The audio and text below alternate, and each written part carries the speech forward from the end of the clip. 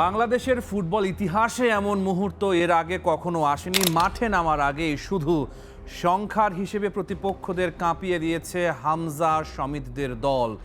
Transfer মার্কেটের তথ্য বলছে ফিফা স্বীকৃত আসিয়ান কাপে প্রিমিয়ার ডিভিশনে অংশ নেওয়া দলগুলোর মধ্যে বাংলাদেশের স্কোয়াড ভ্যালু রীতিমতো চমকে দেওয়ার মতো। আসিয়ান কাপের প্রিমিয়ার ডিভিশনে অংশ নিচ্ছে মোট 8টা দল, যেখানে গ্রুপ পর্বে বাংলাদেশের সঙ্গে ইন্দোনেশিয়া, মালয়েশিয়া, সিঙ্গাপুর।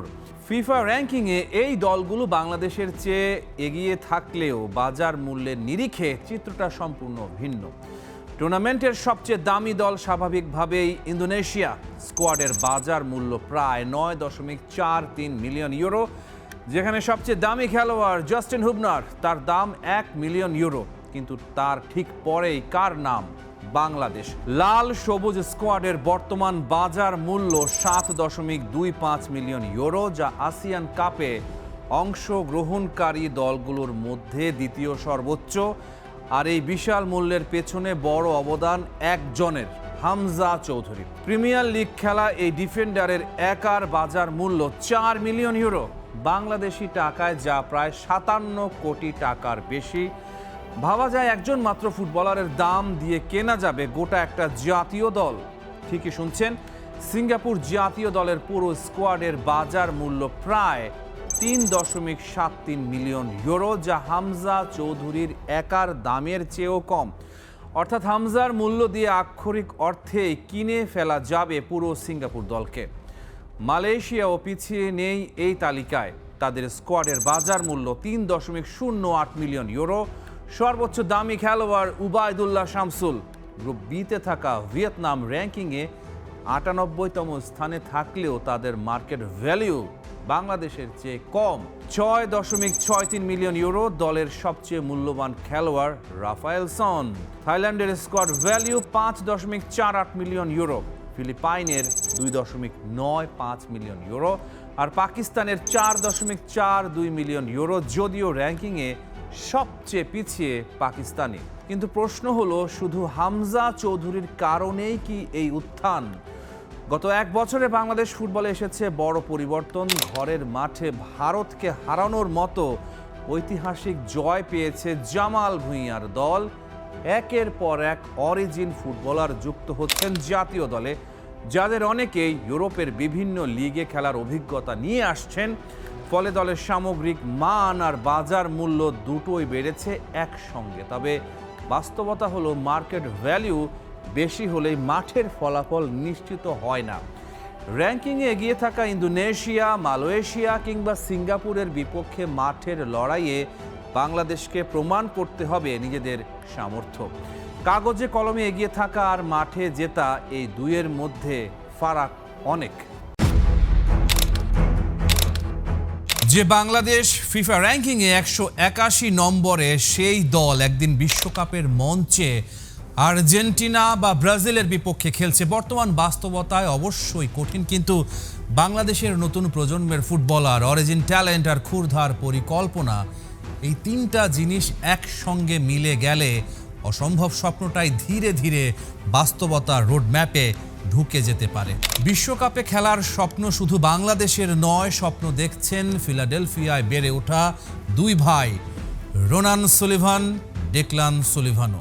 মালে টাইব্রেকারের পঞ্চম শট, টানটান উত্তেজনা, কোটি মানুষের চোখ অনলাইন স্ক্রিনে। ভারতের বিপক্ষে সাফ অনূর্ধ্ব-20 চ্যাম্পিয়নশিপের ফাইনাল, গোলশূন্য। ট্রফি কার হাতে উঠবে তা নির্ধারিত হবে এই এক শটে। যুক্তরাষ্ট্রের ফিলাডেলফিয়া থেকে আসা 19 বছরের তরুণ রোনান সুলিভান এগিয়ে গেলেন। গ্যালারিতে হাজার হাজার প্রবাসী বাংলাদেশি ভক্তের শ্বাস আটকে গেছে। ঠিক সেই মুহূর্তে এক অবিশ্বাস্য কাণ্ড ঘটালেন রোনান। গোলকিপারকে পুরোপুরি বিভ্রান্ত করে নিখুঁত এক পানেনকা চিপ, বলটা বাতাসে ভেসে জালে জড়াতেই মালের স্টেডিয়াম যেন আগ্নেয়গিরির মতো ফেটে পড়ল। বাংলাদেশ ফুটবল বিশ্বকে জানিয়ে দিল, এক নতুন রূপকথার শুরু হয়েছে। রোনান, ডেকলান যখন বাংলাদেশে এলেন, তখন কিন্তু তাদের জন্য কোনো লাল গালিচা ছিল না। 30 জনের বেশি ফুটবলার নিয়ে ক্যাম্প, জায়গা নিশ্চিত নয়, মাঠে ভাষার সমস্যা, আর সবচেয়ে গুরুত্বপূর্ণ, স্থানীয় ফুটবলারদের সঙ্গে তাদের বোঝাপড়া তৈরি করতে হয়েছে একেবারে শূন্য থেকে। রোনানের ভাষায় আপনি যখন বিদেশি তখন শুরুতে বল পাওয়া কঠিন, কারণ আপনি ভাষা জানেন না। হয়তো দলের ছেলেরাও প্রথমে খুব খুশি ছিল না যে আমরা সেখানে এসেছি, কিন্তু আপনি কয়েকবার বল পেয়ে নিজের সামর্থ্য দেখাতে পারলে ব্যাপারটা বদলে যায়। অভিযোগ আছে দেশীয় ফুটবলাররা সিন্ডিকেট করেন প্রবাসী ফুটবলারদের বিপক্ষে। সুযোগ থাকলেও তাদের পাস দেন না, মাঠে সেভাবে বল দেন না তাদের। এর পেছনে দায়ী করা হয় স্থানীয় কোচদেরও। গত এপ্রিলে ঠিক একই অভিযোগ করেছিলেন বাংলাদেশ জাতীয় দলের অধিনায়ক জামাল ভুঁইয়া। সিন্ডিকেট প্রসঙ্গ তুলে জামাল জানিয়েছেন, প্রথম দিকে জাতীয় দলে খেলার সময় টিমমেটরা বলতো উনার সাথে খেলো না, ওনাকে পাস দিও না, ওনার সাথে খেলো না, ওনার সাথে পাস দিও না। অরিজিন খেলোয়াড় ধারণাটা এখন বাংলাদেশ ফুটবলের সবচেয়ে বড় অস্ত্র হয়ে উঠেছে। অনেকটা স্কোয়াড ডেপথ বাড়ানোর এক ভিন্ন মডেল, যেখানে ঘরোয়া লিগের সীমিত ট্যালেন্ট পুলের বাইরে থেকেও শক্তি টেনে আনা যায়। যেখানে ফিফা র্যাঙ্কিংয়ে বাংলাদেশের অবস্থান 181, সেখানে 18 কোটির বেশি জনসংখ্যা আর জাতিসংঘের হিসাবে বিশ্বের 6ষ্ঠ বৃহত্তম প্রবাসী জনগোষ্ঠী এক লুকানো শক্তি। যুক্তরাজ্য, যুক্তরাষ্ট্র, ইতালি সব জায়গায় ছড়িয়ে থাকা বাংলাদেশি বংশোদ্ভূত প্রতিভাদের একত্র করাই এখন ফেডারেশনের মূল কৌশল। আর এই মাস্টার প্ল্যানের কেন্দ্রে বর্তমানে থমাস ডুলি, যুক্তরাষ্ট্র জাতীয় দলের সাবেক অধিনায়ক। জার্মানিতে বেড়ে ওঠা, ফিলিপাইনেও কোচিং করিয়েছেন বাংলাদেশ দলের প্রধান কোচ। ডুলি স্পষ্ট করে বলেছেন, বাংলাদেশি রক্তের যে কোনো খেলোয়াড়ের জাতীয় দলে খেলার অধিকার আছে, আর এটা নিয়ে কোনো আপোষ নেই। তার মতে লেস্টার সিটির মিডফিল্ডার হামজা চৌধুরীর মতো তারকারা স্থানীয় খেলোয়াড়দের জন্য অনুপ্রেরণা, প্রতিদ্বন্দ্বী নন। একজন উঁচু মানের মিডফিল্ডার দলের বিল্ড আপ আর প্রেসিং স্ট্রাকচার দুটোই উন্নত করে দিতে পারেন, আর তার কাজের নীতি বাকিদের জন্য উদাহরণ হয়ে ওঠে।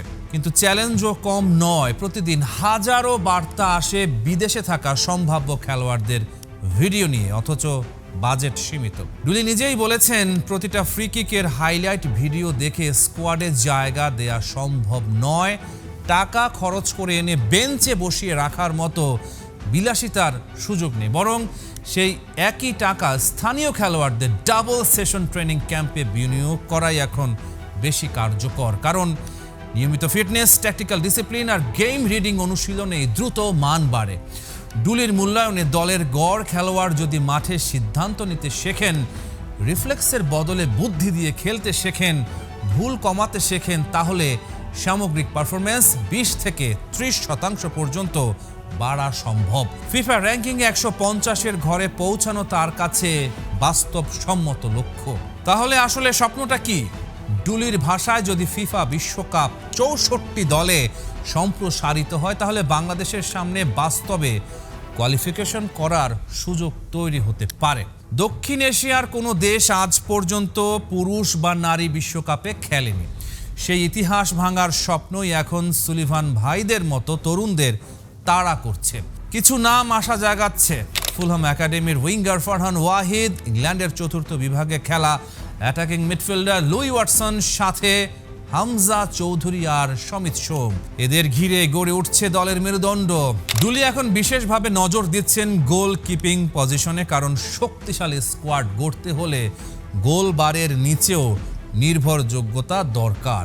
ডেকলানের মতে নেহান হাসান কিংবা ট্রেভর ইসলামের মতো আরও প্রতিভা যদি স্কোয়াডে যুক্ত হয়, তাহলে কোয়ালিফিকেশনের স্বপ্ন অসম্ভব নয়।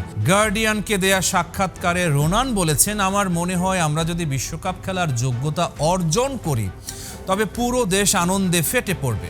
ডেকলান বলেছেন, যখনই 64 দলের বিশ্বকাপ নিয়ে ভাবি, চিন্তা করি, মনে হয় আমরা যদি এই খেলোয়াড়দের পাই, তাহলে আমাদের বিশ্বকাপে কোয়ালিফাই করার সুযোগ থাকবে। এটাই তো স্বপ্ন, এটাই চূড়ান্ত লক্ষ্য। নভেম্বরে ঢাকায় হতে যাওয়া সিনিয়র সাফ চ্যাম্পিয়নশিপ হবে এই প্রজেক্টের প্রথম বড় পরীক্ষা। 2003 সালে স্বাগতিক হিসেবে একবারই শিরোপা জিতেছিল বাংলাদেশ, তারপর আর নয়। হামজা চৌধুরী, সমিত সোম, ফারহান আলী ওয়াহিদ, জিদান ইউসুফদের মতো অরিজিন ফুটবলার, সাথে বাংলাদেশের ঘরোয়া ফুটবল থেকে উঠে আসা প্রতিভাবান খেলোয়াড়দের একটা নতুন প্রজন্ম। কাগজে কলমে এই দল আগের যে কোনো সময়ের চেয়ে শক্তিশালী মনে হতে পারে, কিন্তু এখানেই আসল প্রশ্ন, ভালো খেলোয়াড় পাওয়া আর ভালো দল বানানো কি একই কথা? এই জায়গাতেই বাংলাদেশের হেড কোচ থমাস ডুলির সামনে অপেক্ষা করছে সবচেয়ে বড় পরীক্ষা। ডুলি যখন দায়িত্ব নেন তখন তিনি শুধু ম্যাচ জেতার কথা বলেননি, তার লক্ষ্য ছিল বাংলাদেশের খেলার ধরনই বদলে দেয়া। বল দখলে রাখা, পজিশনাল ফুটবল খেলা, দ্রুত পাসিং এবং প্রতিপক্ষকে বলের পেছনে দৌড় করানো। সান মারিনোর বিপক্ষে 2-1 গোলের জয় সেই পরিকল্পনার সম্ভাবনার প্রথম ইঙ্গিত দিয়েছে, কিন্তু সেই ম্যাচেই দেখা গেছে প্রথম টাচ, পাসিং এবং বল ধরে রাখার জায়গায় বাংলাদেশের এখনো অনেক কাজ বাকি। এখন সেই দলের সঙ্গে যদি আরও মানসম্পন্ন অরিজিন ফুটবলার যোগ হন তাহলে ডুলির সামনে সুযোগ যেমন বিশাল, চ্যালেঞ্জও তেমন বিশাল। প্রথম চ্যালেঞ্জ তারকাদের এক দলে পরিণত করা। ফুটবলে একটা কথা খুব সত্য, 11 জন ভালো খেলোয়াড় মানেই ভালো দল নয়। ধরা যাক একজন ইংলিশ ফুটবলে অভ্যস্ত মিডফিল্ডার আছে, একজন ইউরোপিয়ান ফুটবলের পরিবেশ থেকে এসেছেন, আরেকজন বাংলাদেশি লিগে খেলছেন। 3 জনের ফুটবল সংস্কৃতি, গতি, সিদ্ধান্ত নেয়ার ধরন এবং প্রশিক্ষণের অভ্যাস এক নয়। ডুলির কাজ হবে এই ভিন্ন অভিজ্ঞতাগুলোকে একটা ফুটবল দর্শনে নিয়ে আসা। অরিজিন ফুটবলাররা যেন আলাদা আলাদা দ্বীপ না হয়ে একটি দলের অংশ হয়ে ওঠেন, এটাই প্রথম পরীক্ষা। কারণ জাতীয় দলের সবচেয়ে বড় সমস্যা অনেক সময় প্রতিভার অভাব নয়, বোঝাপড়ার অভাব। কে কখন প্রেস করবে, কে পেছনে থাকবে, কে জায়গা তৈরি করবে, কে প্রথম পোস্টে যাবে, কে বল হারানোর পর 3 সেকেন্ডের মধ্যে চাপ তৈরি করবে। এই প্রশ্নগুলোর উত্তর মাঠে স্বয়ংক্রিয় না হওয়া পর্যন্ত বড় নামের খেলোয়াড়ও বড় দল বানাতে পারবেন না। দ্বিতীয় চ্যালেঞ্জ বিদেশি অভিজ্ঞতা আর স্থানীয় বাস্তবতার মেলবন্ধন। ডুলির সামনে আরেকটা কঠিন বাস্তবতা আছে। তিনি এমন একটা দলকে কোচিং করাচ্ছেন যেখানে খেলোয়াড়দের প্রস্তুতির পরিবেশ একরকম নয়। অরিজিন ফুটবলারদের কেউ বিদেশে নিয়মিত প্রতিযোগিতামূলক ফুটবল খেলছেন, আবার বাংলাদেশের অনেক খেলোয়াড় ঘরোয়া মৌসুমের সূচি, ফিটনেস এবং ম্যাচ প্রস্তুতির ওপর নির্ভরশীল। ডুলি নিজেই বলেছেন দীর্ঘ সময় খেলোয়াড়রা ম্যাচের বাইরে থাকায় প্রস্তুতি কঠিন হয়ে যাচ্ছে। অর্থাৎ ডুলিকে শুধু কোচ হলেই হবে না, তাকে হতে হবে ম্যানেজার, পরিকল্পনাকারী এবং সমস্যার সমাধানকারী। তৃতীয় চ্যালেঞ্জ সেরা একাদশ নয়, সেরা সিস্টেম। বাংলাদেশে আমরা প্রায় প্রশ্ন করি কে খেলবে।